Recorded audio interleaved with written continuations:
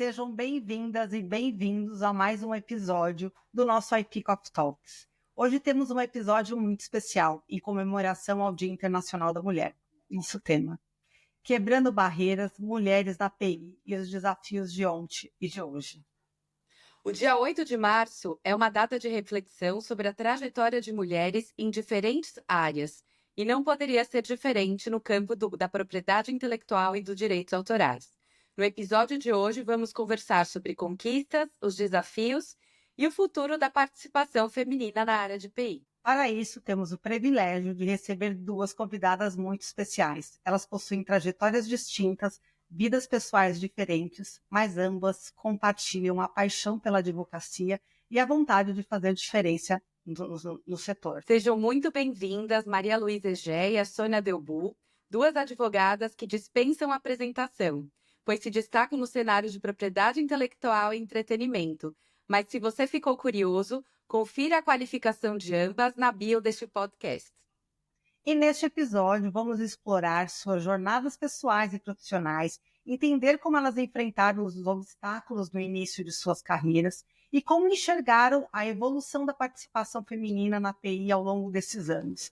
Também vamos refletir sobre o futuro da área, os impactos das transformações tecnológicas, os avanços da legislação e as novas iniciativas que podem ajudar profissionais da área a crescerem e se destacarem. Vamos começar com uma pergunta que nos leva direto ao coração desse podcast. Como a carreira jurídica surgiu na trajetória de vocês e quais foram as principais motivações que levaram vocês a escolherem a área de propriedade intelectual? Bom dia a todos. Quem começa? Posso começar? Obrigada, um prazer enorme estar aqui com vocês. Bom, eu me formei em 1980, uma época em que foi muito difícil para a advocacia, né? Eu acho que tinha muitos advogados, a gente só trabalhava nas áreas muito tradicionais, e o meu início acabou sendo em direito de família, direito imobiliário, e eu cheguei a pensar que eu tinha errado de profissão, porque eu até acho que eu trabalhava direitinho, os clientes gostavam do meu trabalho, mas aquilo não me realizava.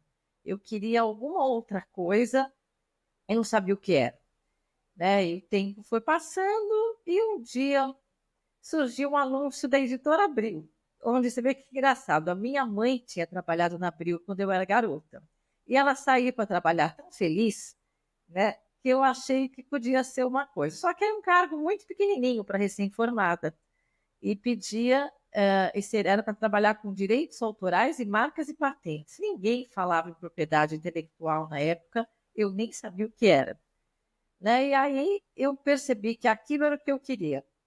Então eu entrei, foram 15 anos de muita batalha, né, para aprender, para conquistar, e foi ali que foram surgindo coisas que eu não tinha onde estudar. Eu tinha livros, né, aqueles livros clássicos de direitos autorais, de propriedade industrial, tinha o Campo Cerqueira, tinha o Tinoco, tinha mais alguns pouquíssimos que escreviam sobre o tema, e não tinha curso nenhum aqui em São Paulo.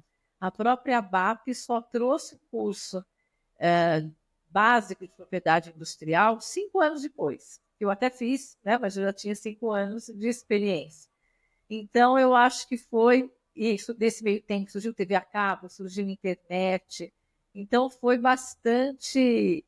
hoje, eu acho que as pessoas, os jovens encontram tudo pronto. Porque tem várias opções de pós-graduação, várias coisas, e na época não tinha nada disso, né? Foi um grande desafio, mas eu realmente me encontrei na propriedade intelectual. E você, Maria Luísa, como foi sua jornada de encontro com a carreira jurídica? Muito bem, Liliane, Larissa, Sônia. Gostei muito de ouvir a história da Sônia. Eu tenho um pouco anos antes dela, e é interessante porque eu entrei na carreira jurídica por influência de família. E acertei, porque eu acho que eu não saberia fazer outra coisa. Eu fiz estágio num escritório criminalista, 5 anos. Eu só sabia fazer criminal. E quando eu saí do estágio, que me formei, montei meu escritório com uma sócia que vocês devem ter conhecido, que foi a doutora Maria Cecília. em seguida, porque nós fizemos estágio juntas, e eu tratava praticamente de assuntos criminais, porque era o que eu tinha aprendido, né? Acontece que um belo dia o meu pai me indica um compositor para eu atender, mas para atender o quê? O filho dele havia atropelado uma pessoa e me pediu então que eu defendesse. E eu defendi, ele foi absolvido, e o pai, que ficou muito em contato comigo, naquele momento estava assumindo a gerência do ECAD em São Paulo. E ele disse para mim assim: eu preciso de alguém da minha confiança e eu gostaria que você fosse trabalhar comigo e você vai ser a chefe do departamento jurídico do ECAD. Eu nunca tinha ouvido falar que era ECAD, eu não sabia o que era execução pública musical. Como a Sônia disse, na faculdade, especialmente nessas épocas, e eu ainda, época anterior a ela, a gente estudava pelo Washington de Barros Monteiro, tinha uma página e meia sobre propriedade intelectual, e eu fui trabalhar no ECAD como chefe de um departamento jurídico. Aí foi meu grande desafio, porque eu aprendi, tive grandes oportunidades lá, tive muita luta, porque encontrei um departamento funcionando e eu entrando como chefe sem saber nada.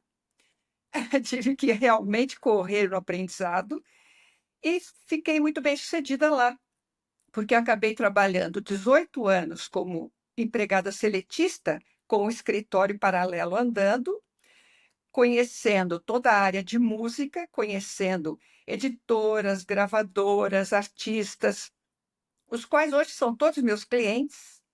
E é por isso que eu digo que eu fui pelo destino e me dei muito bem no destino. Uma outra particularidade importante, o ECAD me deu visibilidade muito grande, porque era um órgão, naquela época, muito polêmico, político e polêmico.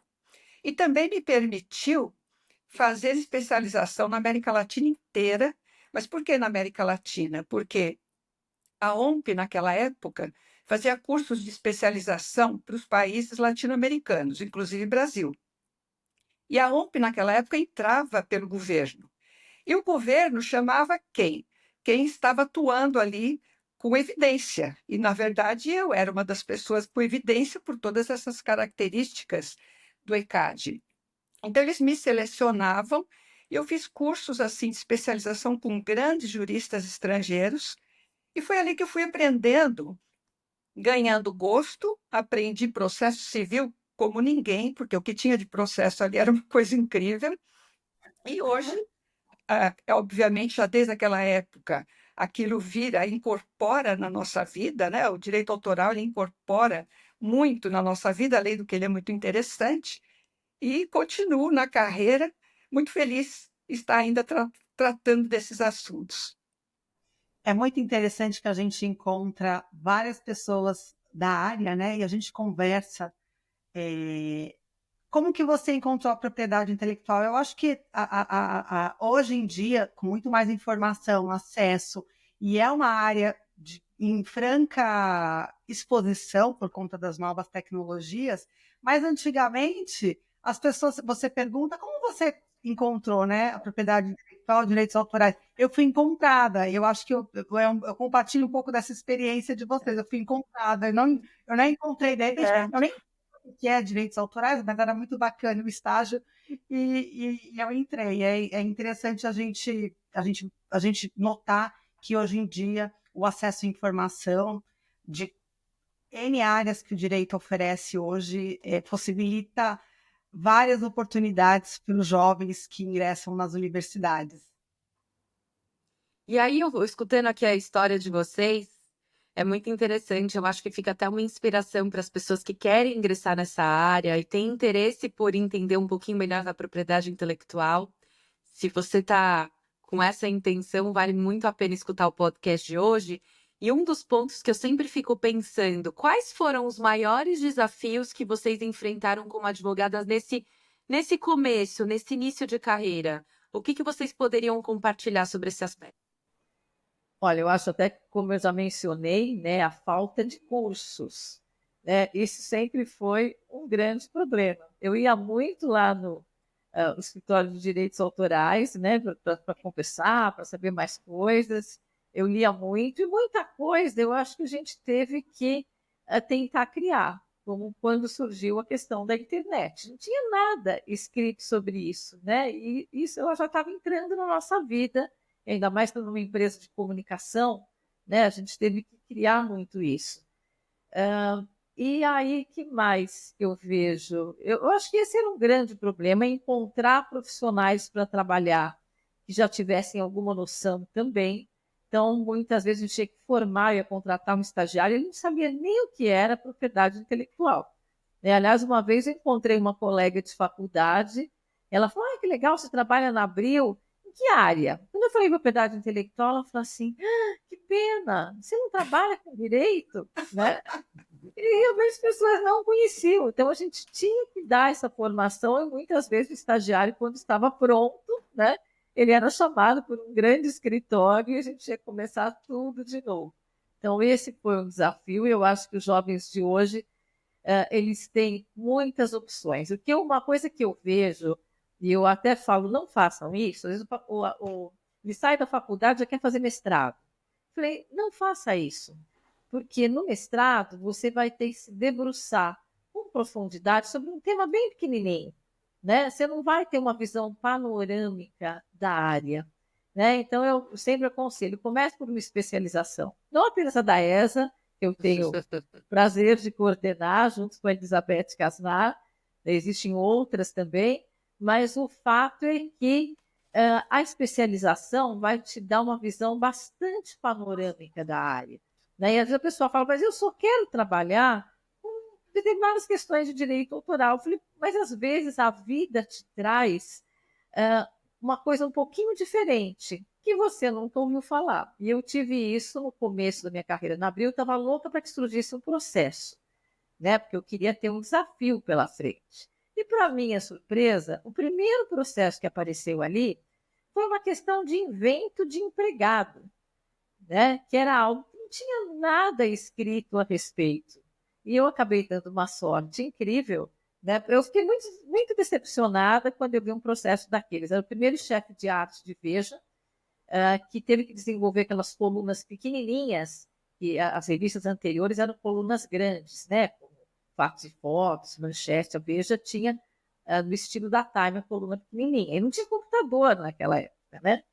E aí, 20 anos depois, alguém disse para ele: você inventou essas laudas, então você é um inventor. Então, pediu a patente e entrou para uma ação. Foi um processo completamente doido, mas eu tive que estudar muito. E um dia, numa reunião da BPI, o Gabriel Leonardo falou: nossa, está com o processo dessa área, e você não consultou a Elizabeth Casnar, que é a maior especialista? Eu vou dizer que você vai ligar para ela, vocês marquem o almoço, porque ela está em licença, e vocês vão conversar. E aí começou não só uma colaboração muito profícua, com uma grande amizade, né? E hoje nós coordenamos juntos a pós na ESA. Olha, essa história da Sônia é muito interessante, eu compartilho muito com o que ela colocou e quero complementar uma coisa. Nessa minha carreira de desafios no direito autoral, especialmente com as dificuldades que eu tinha no ECAD, o ECAD, na época que eu entrei, sofreu uma intervenção do Conselho Nacional de Direito Autoral, uma não, acho que duas, e quem acompanhava a intervenção era eu. Imagina, uma pessoa que entra assim, sem ter noção de nada, já pega duas intervenções, e tem que aprender muito rapidamente e tem que construir jurisprudência, porque, como nós falamos aqui, falta de livros, falta de cursos, você precisava construir. No meu caso, a gente construía jurisprudência. Eu me sinto muito feliz que tem muita jurisprudência que é aceita hoje, que é do meu trabalho, que vem lá originalmente com o meu nome, que eu fico muito feliz com isso. Mas eu me recordo uma coisa interessante. A Sônia, eu comecei a ter maior contato, porque a Sônia é uma pessoa que eu admiro muitíssimo. Eu comecei a ter contato com ela depois que nós fundamos a Altivis. E a Altivis, que é a Associação Brasileira de Autores Visuais, justamente porque ela trabalhava na Abril, a Altivis, como que vem a Altivis na minha carreira? Porque como eu fiquei muito conhecida na gestão coletiva, porque depois de, junto com o ECAD, eu trabalhei com o SPAT Teatro, E eu fui chamada para ser uma das fundadoras da Altivesige, com a OMP, com a Sociedade Francesa, para poder fundar. E naquele momento, nós tínhamos alguns problemas com a Abril. Eu não sei se você se lembra, Sônia, mas uma vez eu até lhe convidei a almoçar ali perto do escritório. Meu escritório estava na Avenida Ibirapuera, se você se recorda disso. Foi ali que nós começamos a construir uma amizade que hoje ela é formada não só por amizade, mas como admiração total e absoluta do trabalho, né? E eu digo que esse entrelaçamento, essa correlação, esse networking é o que foi facilitando, inclusive, a vida profissional nossa, nesse período ainda com mais dificuldades do que nós hoje, que a gente não enfrenta tanto por todas essas situações, né? Mas foi muito legal isso. Então a gente vê aí, além de desafios, ganhos da carreira também, né? Eu acho que esse lado Muitos. de conhecer profissionais que venham a inspirar e gerar admiração, como é inclusive o meu sentimento por vocês, eu acho que realmente é um ganho muito grande, é muito precioso. E Exatamente. aí, aproveitando desse gancho, que outros ganhos vocês conseguiram atingir aí pela escolha dessa carreira de PI? Olha, eu acho que comecei a gostar da profissão quando eu descobri a propriedade intelectual. Antes mesmo de saber que ela tinha esse nome, tá? Como eu falei, eu recomecei a minha carreira do zero na Abril, né? E foram 15 anos em que eu tive acho que 12 promoções. Eu entrei com um cargo que era ainda inferior a advogada júnior e saí como executiva. Então, eu acho que eu tive uma coisa muito legal e eu demorei para conhecer a Maria Luísa. Eu sabia que ela existiu, sabia que ela era importante, mas a gente demorou para se conhecer, né?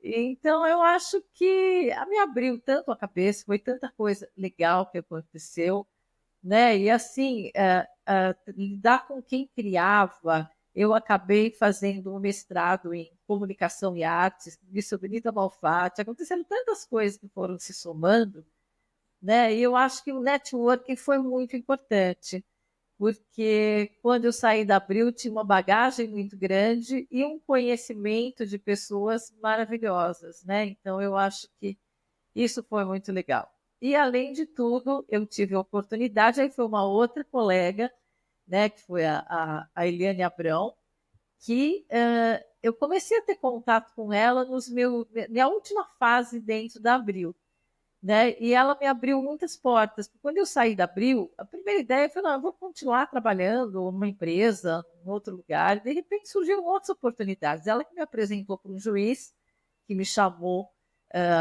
por décadas como perita, né? Me apresentou para a Globo, para quem eu fiz um parecer muito interessante no primeiro momento sobre uma acusação absurda de plágio de novela, né? Então, eu acho que a gente tem contatos muito maravilhosos. Depois, acho que mais tarde ainda, eu conheci a professora Silmara Quinelato, que me deu uma oportunidade, mas não só por uma amizade muito boa, aprendi muito com ela, que é uma grande pesquisadora, como ainda por cima, ela me deu a oportunidade de fazer um segundo pós-doutorado que eu fiz com ela, trabalhando com a questão da proteção autoral da moda. Né? Então, eu acho que assim, a gente teve contatos maravilhosos, contatos com grandes escritórios o que a gente foi aprendendo, né? Aprender na prática foi uma coisa muito legal. Né? O desafio de não ter muito para quem perguntar, até porque, né, quando surgiram essas questões novas, era novo para todo mundo, né? E ninguém tinha escrito nada a respeito aí. E eu quero dizer que, como a propriedade intelectual me trouxe um crescimento pessoal muito grande. Não só isso, eu acho até familiar, porque meus filhos amavam o que eu fazia, amam até hoje o que eu fazia. Mas naquela época, na época do ECAD, eu corria atrás de empresário, de shows. E vinham bandas estrangeiras, eu ia a todos os shows com os meus filhos e o oficial de justiça do lado. E eles me acompanhavam. Então, eu tinha que pedir interdição de um show. Eu estava lá com 2 oficiais de justiça e 2 crianças, que estavam loucas para assistir, desde Luiz Miguel, que era criança, desde outros artistas e bandas de rock que vieram, e que eu estive em todos esses shows, inclusive numa muito interessante, em que eu carregava os filhos e os oficiais de justiça, e nós estávamos para assistir um show do YouTube, quer dizer, eu não estava para assistir, eu estava lá para criar um problema, porque o empresário não pagava os direitos. Era do YouTube, e o empresário, naquele show, nunca me esqueço, nós ficamos esperando, o show ia começar, o empresário pegou um helicóptero, subiu, era no Pacaembu, e ele ficou em cima do helicóptero, rodando, olhando o show lá de cima para não descer, para não ser citado, e eu lá com os dois oficiais de justiça e dois jovens do meu lado. Bom, já que ele não vai descer para ser citado, vamos assistir o show. Todos nós fomos assistir ao show. Então, isso foi uma integração muito grande, porque a minha família, meu marido, meus filhos sempre participaram muito disso, porque era uma grande novidade. Depois disso, além de artistas, eu conheci muitos escritores famosos, inclusive que são clientes nossos hoje, enfim, criadores de todas as áreas. Então, isso é um ganho assim espetacular na nossa vida, né? Além de todos os profissionais e amigos que você conquista, você ainda consegue participar dessa gama, dessas pessoas que são tão iluminadas e que são tão criativas, né? E isso eu acho que não tem preço para ninguém. Valeu a carreira e vale até hoje, né? Maria Luísa, E sabe de uma coisa que eu notei? Agora eu trabalhei em outras áreas, né? Os advogados das partes contrárias parece que já não se gostavam, já se olhavam feio. E na propriedade intelectual são todos amigos, né? Estão brigando judicialmente, mas estão se encontrando socialmente, inclusive porque quando eu comecei a área era bem menor, né? Então a gente tinha os eventos, os encontros da BPI, em que todo mundo era amigo, todo mundo se falava, e foi algo que para mim foi uma novidade, porque antigamente parece que os advogados também eram rivais, assim como as partes, não se falavam muito, não se gostavam. E na nossa área, até porque era uma área que precisava crescer, precisava ser difundida no Brasil, todo mundo estava sempre junto, né? Brigava no processo, mas depois estava sempre junto para ajudar a fazer a propriedade intelectual crescer no país. E assim é até hoje, né, Sônia? A gente vê verdade. realmente essa parceria que surge a partir da identidade de escolha de áreas de atuação. Eu acho que uma coisa que me chamou a atenção aqui na fala da Maria Luísa é, inclusive, a criatividade dela em conciliar a vida pessoal com a vida profissional, que não deixa de ser um grande desafio, né? Então, realmente é bem estratégica a sua iniciativa de levar as crianças, envolver elas na sua atuação, e eu acho que gera uma admiração dos filhos também, pelo lado profissional da mãe, de estar vivenciando o momento, de verificar como que funciona, porque tem um lado de glamour, né, também, pelo fato de estar presente no show. Então, achei muito curiosa a sua estratégia, a sua forma de encontrar. Foram muitos Aí. anos, viu, Larissa? Muitos anos que eu levei. Eu me lembro que eles eram crianças pequenos, depois adolescentes. Todo o trabalho que eu fazia dessa natureza, eu catava os dois, eles iam junto. Tive algum lugar que disseram assim: ah, mas a criança não pode entrar aqui, não, mas eu estou com o oficial de justiça, nós entrávamos. Maria Luísa, Não, e eu tô no mesmo ritmo. Os meus pequenos, dentro das possibilidades, acabam me acompanhando também, não tem jeito. mas aproveitando esse gancho de vida pessoal, eu acho que é algo que eu e a Larissa, a gente sempre compartilha esses desafios dos do nosso dia a dia, né? De perdas e ganhos, porque algumas coisas a gente não consegue fazer e fica frustradas. E eu queria que vocês compartilhassem conosco e com a audiência como que foi conciliar, porque a vida pessoal com a jornada profissional de vocês, como foi conciliar essas duas importantes vertentes da vida de uma mulher, que é a profissão dela e a vida pessoal. Como que foi a jornada de vocês? Olha, no meu caso, eu optei por não ter filhos, não por causa disso. A minha mãe dizia que com 3 anos de idade eu já dizia que eu não queria ter filhos de jeito nenhum. Então, esse lado eu acho que ficou um pouco mais fácil para mim, né? Mas, por outro lado, assim, eu sempre tive, antes de entrar na Abril, não, mas depois que eu entrei na propriedade intelectual, eu passei a trabalhar com muito prazer. Tá? Então, eu comecei a ter uma dedicação muito grande ao meu trabalho, mas eu nunca deixei de ter vida pessoal. Tá? Depois que eu comecei a trabalhar por conta própria, eu acho que assim, eu era organizadíssima na Abril, agora não. Eu acho que aquilo me estressava demais e hoje eu sou bem desorganizada nesse sentido. Então, assim, eu preciso de concentração, às vezes eu vou trabalhar na madrugada. Ou às vezes eu durmo até às 4 da manhã ou às 3 da manhã e levanto e eu começo a trabalhar naquela hora que o telefone não toca, que ninguém me incomoda, né? E... Mas eu acho que assim, a gente tem que conciliar. E tem coisas que hoje que eu trabalho, eu tenho sócio, né? Mas eu não tenho uma equipe, então muitas vezes eu estou viajando em férias. É lógico que eu não vou sentar para fazer um parecer, né? No hotel, porque senão realmente eu tô jogando minhas férias no lixo. Também não é por aí. Né? A gente deixa tudo adiantado e que entrar fazendo a volta. Mas eu já fiz muitas reuniões com o cliente. Lembro em Budapeste, a gente tinha uma diferença grande de horário, né? Então, depois que eu jantei, depois que eu já voltei para o quarto do hotel, eu fiz uma reunião com uma cliente que deu um trabalho muito legal. Eu respondo e-mails, eu converso. Isso para mim é muito gostoso, eu não vejo problema nenhum. É comum eu trabalhar no final do dia, no domingo, né? Pelo menos organizar as minhas coisas, já começar a organizar. Eu consegui fazer uma coisa que quando eu trabalhava em empresa eu não fazia, que é ir para a academia de manhã cedo, né? Tinha que estar às 9 horas no trabalho, era muito complicado, né? Mulher tem cabelo, maquiagem, essas coisas todas, é mais complicado. Mas hoje, como eu trabalho mais sozinho, eu consigo fazer isso. Mas eu acho que eu sempre consegui conciliar, inclusive fazer um mestrado em comunicação e artes, escrever sobre Anita Malfatti, trabalhando na Abril. Né? É lógico que eu usei muitos finais de semana para as minhas pesquisas, mas isso fazia parte de algo que me dava muito prazer.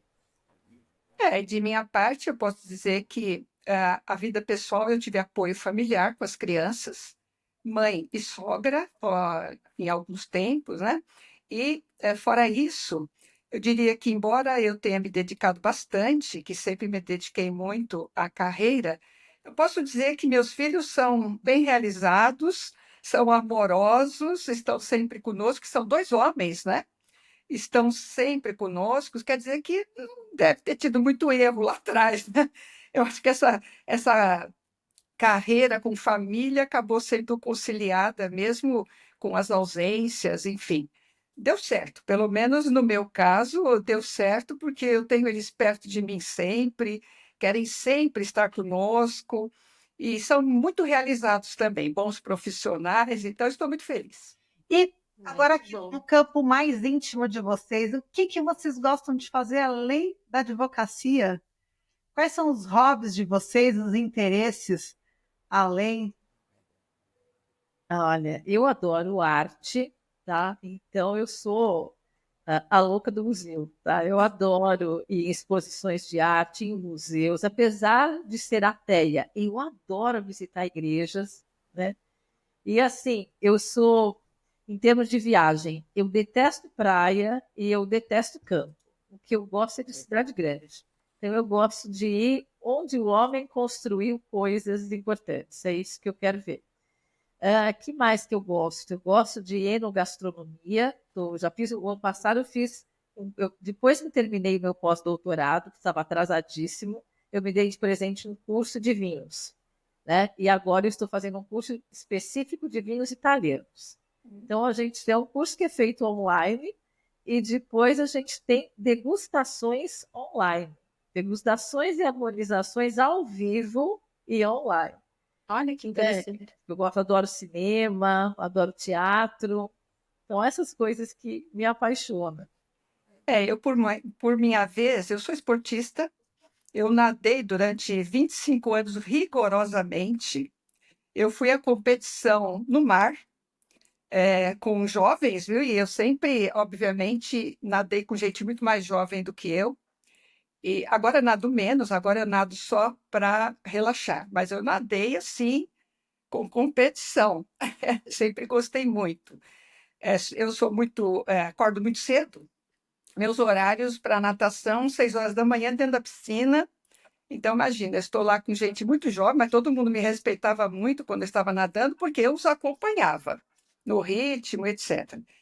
Gosto muito de cinema, devoro todos os filmes que tem hoje por streaming, gosto muito de ler e gosto de viajar também. Então, acho que hoje dá para conciliar tudo isso muito bem. Eu já fazia isso naquela época, o esporte sempre fez parte da minha vida.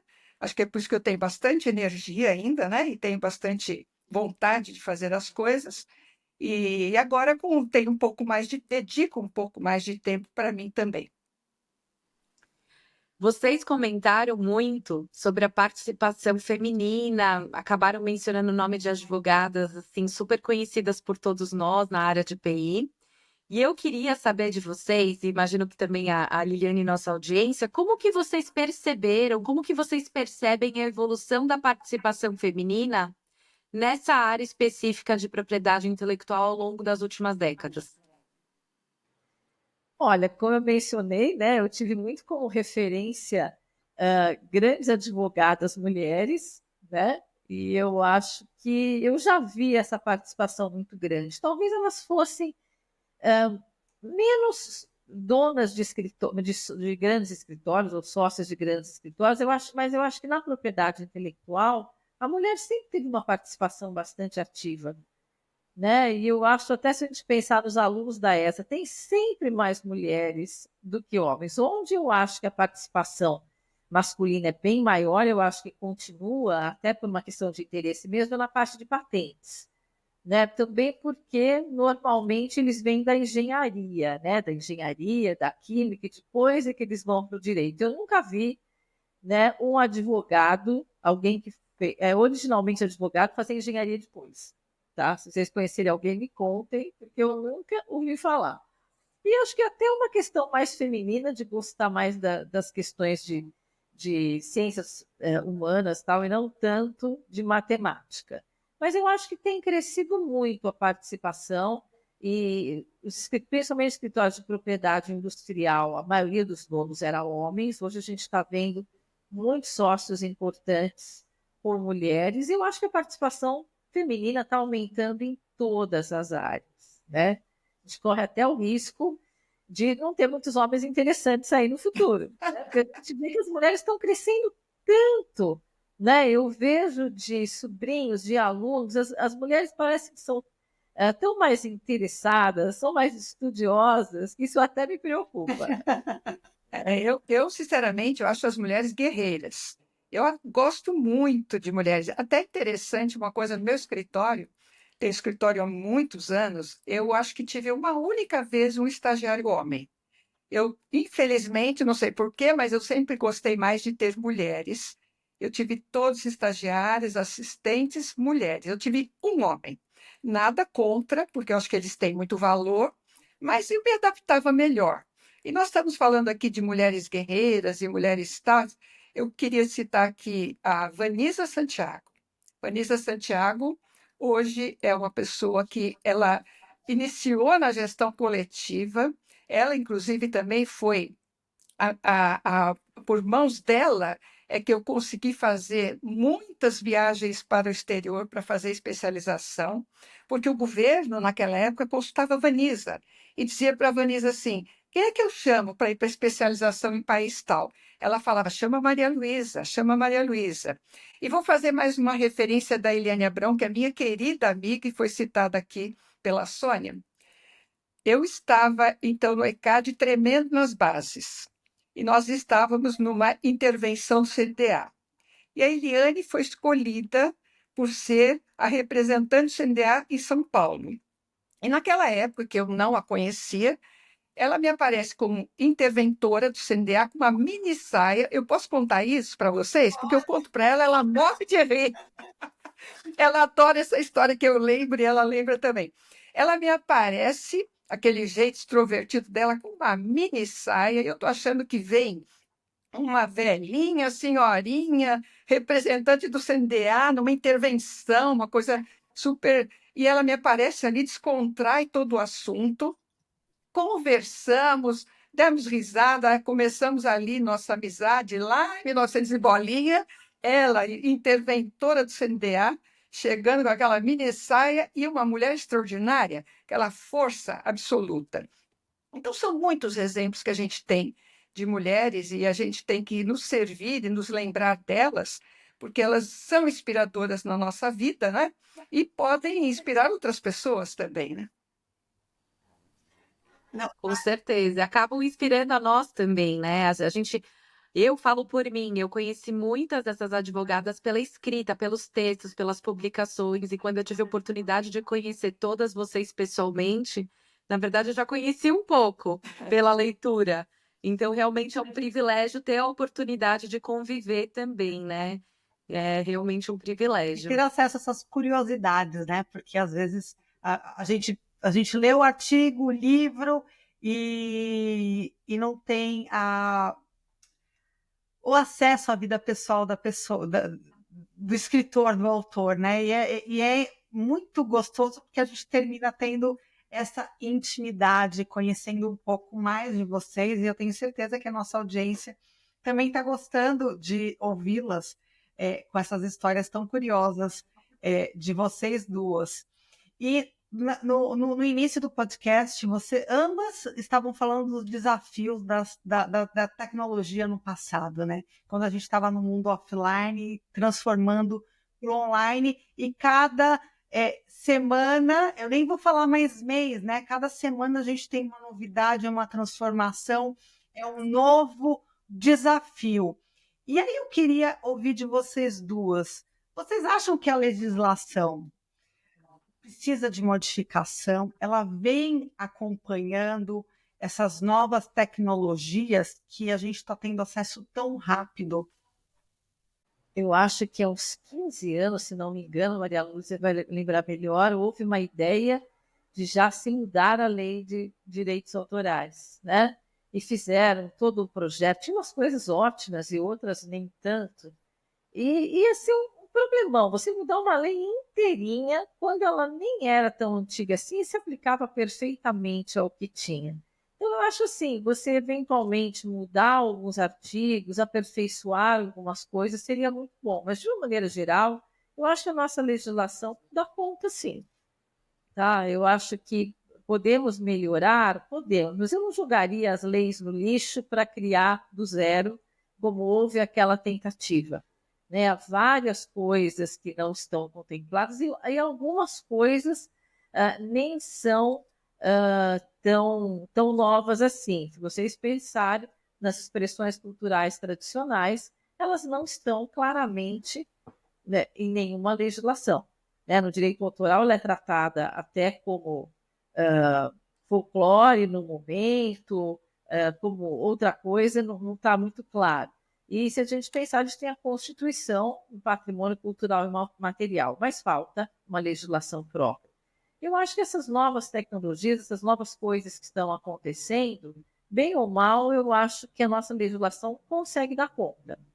Né? Talvez o grande problema é que acaba dependendo muito da interpretação de um magistrado, que nem sempre tem a melhor interpretação. Né? E isso é o que eu falo, uma das questões que se discute muito hoje é não só a inteligência artificial, que vai afetar uma série de questões, o direito autoral, os direitos da personalidade, mas quando a gente pensa do que foi, inclusive, a minha tese de doutorado, conflito entre liberdade de expressão, liberdade de imprensa e direitos da personalidade.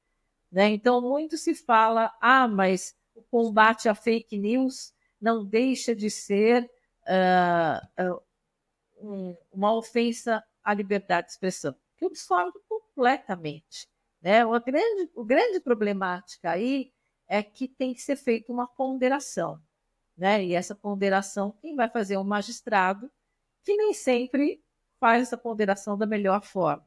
Né? Eu acho que fake news não é informação, né? É a anti-informação.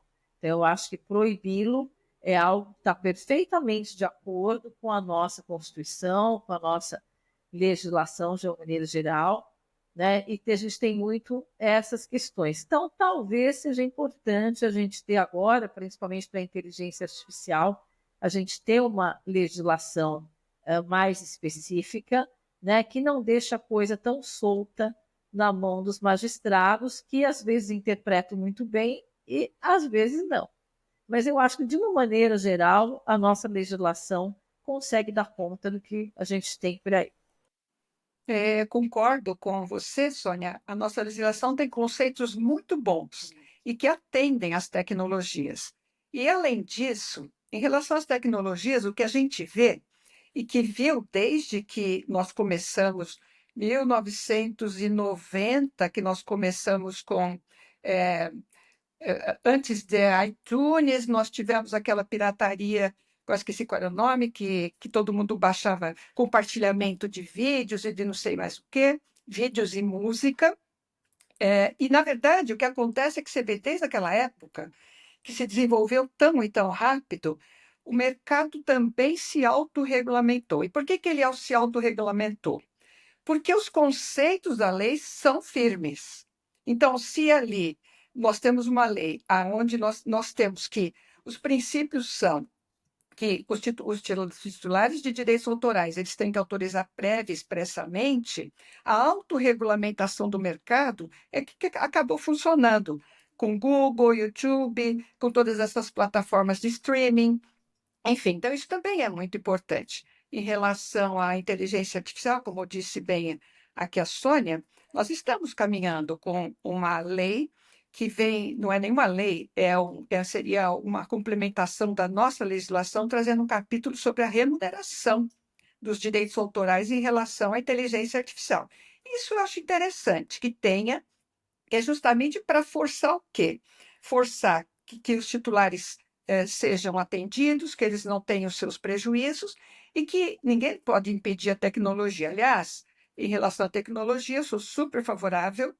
Eu acho que a tecnologia vem para ajudar, não é só para atrapalhar, e depende de fato de uso ético, responsável, e quem sabe até uma autorregulamentação resolveria esse problema.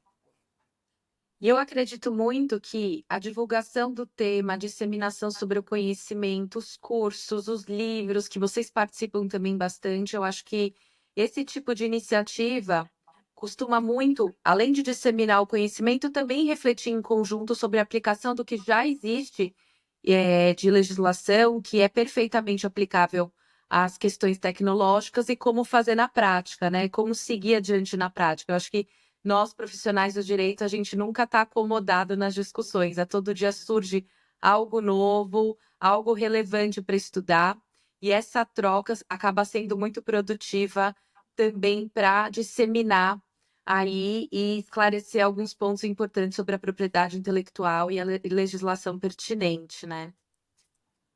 Um ponto que eu queria perguntar para vocês é o seguinte: o que as empresas e os escritórios podem fazer para incentivar ainda mais as mulheres a ocuparem um cargo de liderança na área de propriedade intelectual, que hoje a gente tem aí diversos caminhos, diversas frentes, né, envolvendo propriedade intelectual.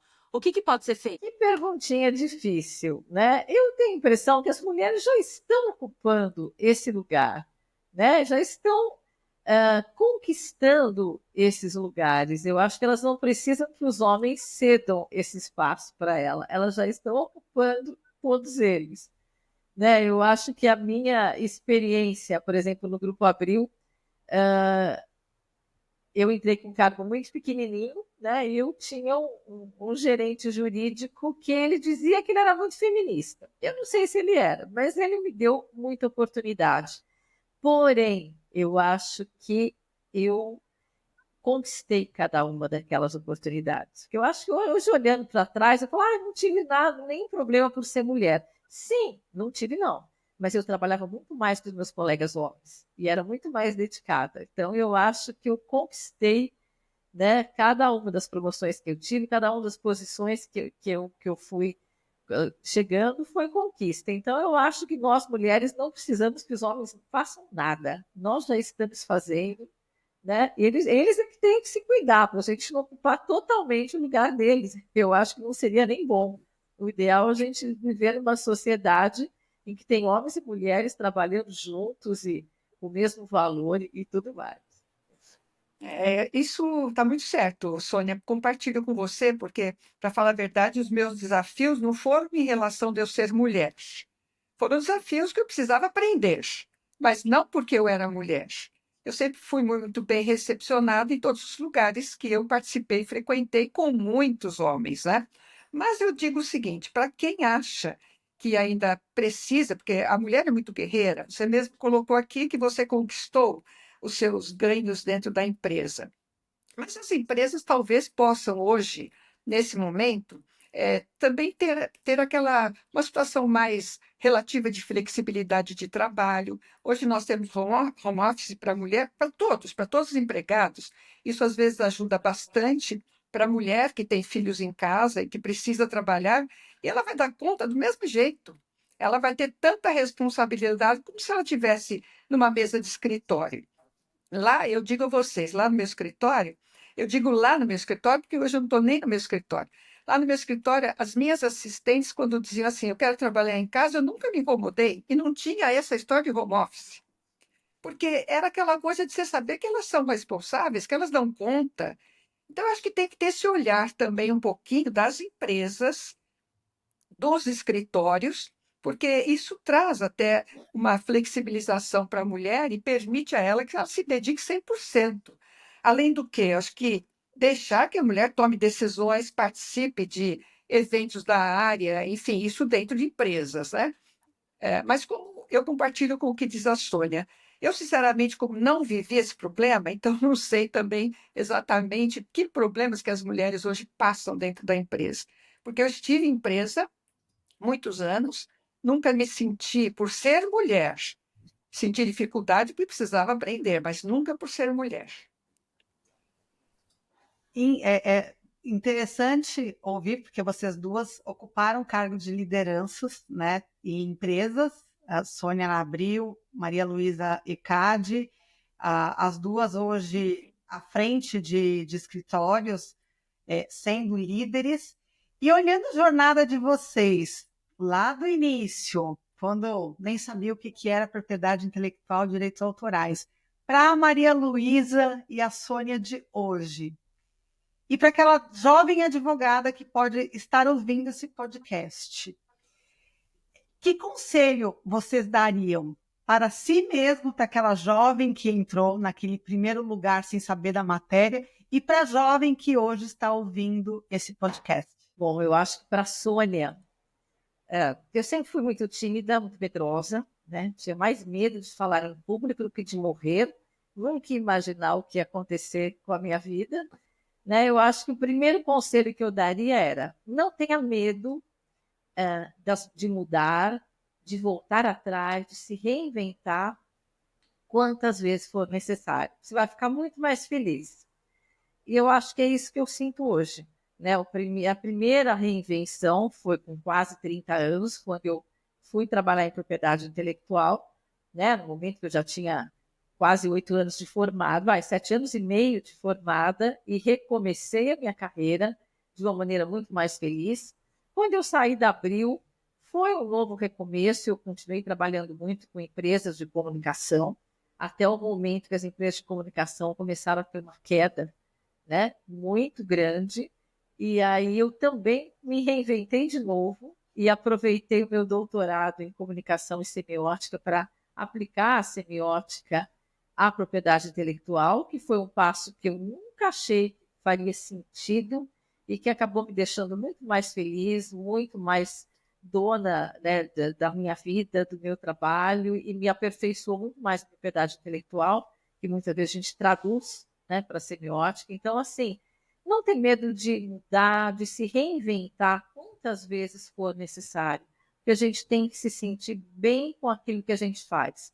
Às vezes a gente acha que aquele caminho é o certo, né? Como quando eu comecei a trabalhar em escritório de advocacia, no começo, depois descobre que não está feliz ali, né? E a gente muda, recomeça, se torna mais feliz e um profissional mais competente. E para os novos advogados, né? Também não tenha medo, né, de se reinventar e faça hoje a gente tem muitos cursos, né? Eu acho que o consumismo não é bom, mas o, entre aspas, consumo de cultura, esse é muito bom, porque se soma, né? Você vai aprender uma coisa aqui, outra ali, você vai somando com aquilo que você já sabe, vai se tornando um profissional melhor. Então, o que eu falo para o recém-formado, faz primeiro uma boa especialização, te dê uma visão bastante panorâmica.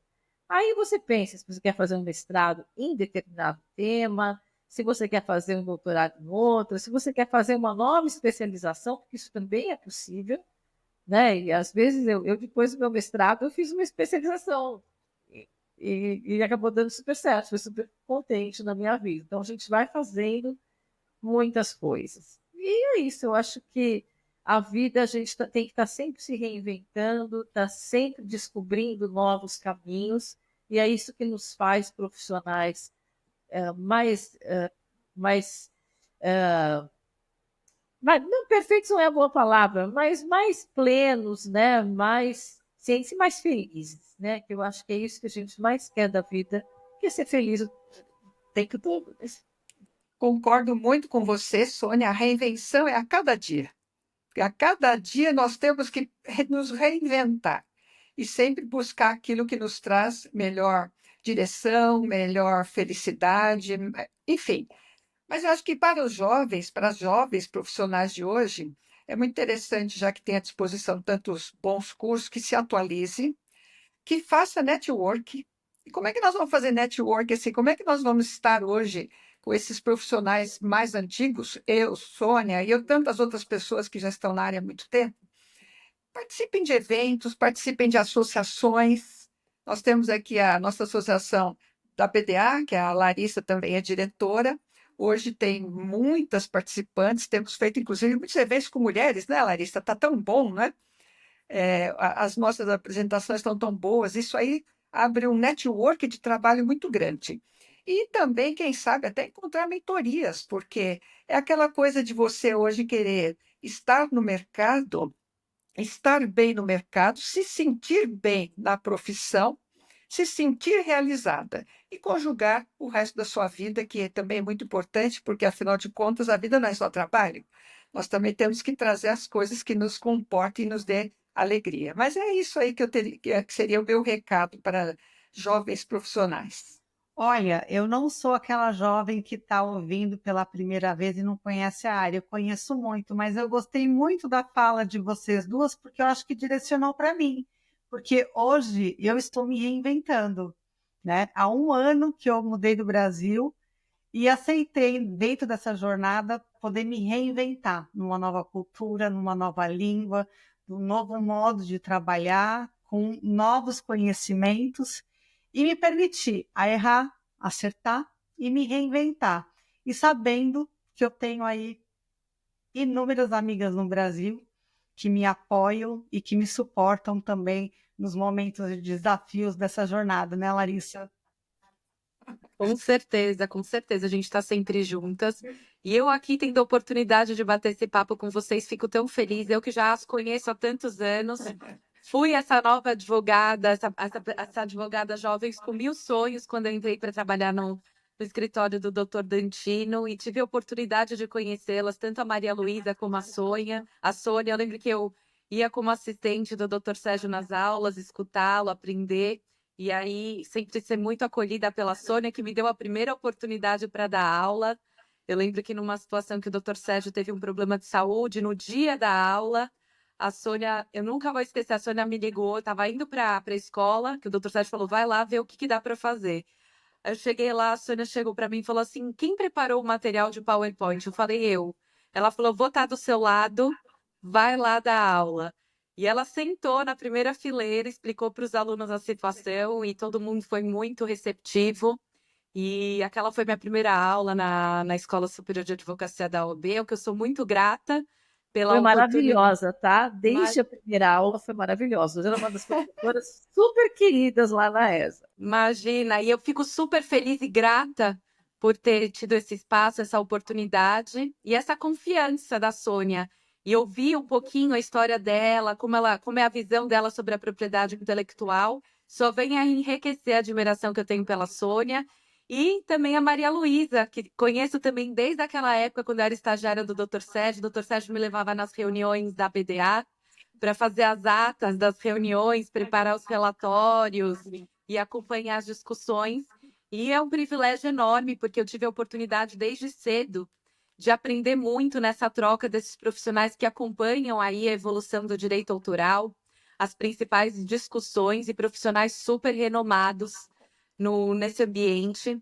E eu fico realmente muito grata por ter tido essa oportunidade também. E hoje de tê-las tão próximas, são profissionais que sempre me apoiam, pessoas com quem eu tenho oportunidade de trocar, de dividir aflições, buscar soluções e sempre muito receptivas, muito amigáveis e muito gentis. Muito obrigada pela oportunidade de estar nesse bate-papo hoje. Tenho certeza que a nossa audiência vai gostar muito, né, Li? Nós que estamos aí nessa jornada de podcast já há um tempinho. É realmente um privilégio escutar vocês. Obrigada. Deixa eu só acrescentar uma coisa. Olha, a Maria Luísa falou num ponto fundamental, que é o networking, né? E a Larissa também está mostrando isso, é super importante. Às vezes a gente fala, não, eu não vou no evento porque eu tenho que trabalhar, eu tenho trabalho para fazer. A gente trabalha de madrugada, fim de semana, o que for, mas não deixa de ir, porque esse contato com os profissionais é fundamental na vida da gente, né? Quando a gente vai ter uma mudança na vida, ou quando a gente vai, de alguma forma, ampliar o nosso trabalho, a gente conhecer essas pessoas é tão importante, ter esse contato.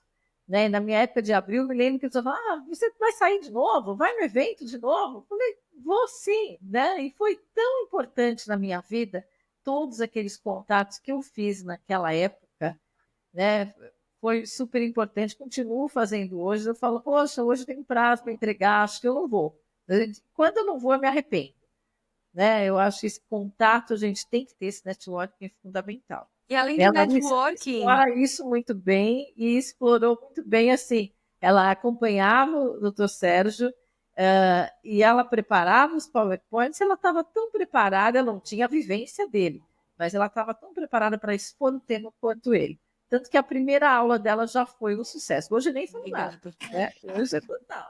Não, e eu acho que o mais gostoso de tudo isso é que a gente tem esse ganho profissional, mas principalmente pessoal, né? Porque a gente realmente consegue conquistar amizades, parcerias, pessoas muito legais, próximas. E vocês três eu conheci assim. Então, acho que o ganho é muito maior até do que só o lado profissional. Sem dúvidas, Larissa. E a gente agradece muito, Sônia Maria Luísa, por compartilhar aí um pedacinho da história de vocês conosco e com a nossa audiência. Que a gente celebre, que a gente comemore o nosso dia, o Dia Internacional da Mulher. Até mais, até o nosso próximo podcast, gente, do Epic of Talks. Prazer estar aqui e feliz Dia da Mulher para quem for nos assistir. Muito obrigada a vocês também. Fiquei muito feliz de estar aqui com vocês, muito honrada também por isso. E vamos sim valorizar a mulher, porque a mulher merece. Obrigada. Tchau, até mais.